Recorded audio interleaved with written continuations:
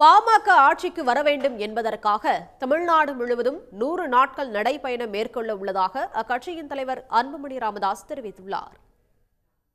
பாட்டாளி மக்கள் கட்சியின் ஒருங்கிணைந்த தருமபுரி மாவட்ட பொதுக்குழு கூட்டத்தில் அக்கட்சியின் தலைவர் அன்புமணி ராமதாஸ் கலந்து கொண்டார்.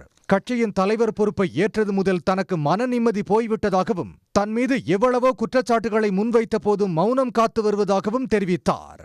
பாமக ஆள வேண்டும் என்பதற்காக தமிழ்நாடு முழுவதும் 100 நாட்கள் நடைபயணம் மேற்கொள்ள இருப்பதாகவும் உரிமை மீட்பு பயணத்தை ஜூலை 25ஆம் தேதி செங்கல்பட்டு மாவட்டத்தில் முருகனை வணங்கி தொடங்க உள்ளதாகவும் நவம்பர் 1ஆம் தேதி தருமபுரி மாவட்டத்தில் முடிக்க உள்ளதாகவும் அவர் கூறினார். இந்த பொதுக்குழு மூலமாக நம்முடைய மருத்துவர் ஐயா அவர்களுடைய பிறந்த நாள் ஜூலை 25ஆம் நாள் அன்று ஒரு நடைபயணத்தை நான் தமிழ்நாட்டில் மேற்கொள்ள இருக்கின்றேன். தமிழ்நாடு முழுவதும் 100 நாட்கள் நடைபயணம். இன்னும் சொல்ல போனா அந்த நடைபயணத்தை கற்றுக் கொடுத்ததே நீங்க தான்.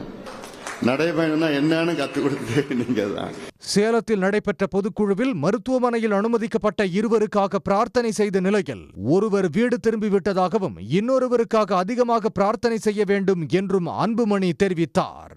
இக்கூட்டத்தில் தர்மபுரி காவிரி உபரிநீர் திட்டத்தை செயல்படுத்தி ஏரி குளங்களில் நிரப்ப வேண்டும், தர்மபுரியில் அரசு மகளிர் கல்லூரி அமைக்க வேண்டும், தர்மபுரி ஒகேனக்கல் சாலையை 4 வழிச்சாலையாக மாற்ற வேண்டும் என்பது உள்ளிட்ட 17 தீர்மானங்கள் நிறைவேற்றப்பட்டன. உடனுக்குடன் செய்திகளை தெரிந்து கொள்ள சன் நியூஸ் பெல் ஐகானை கிளிக் பண்ணுங்க.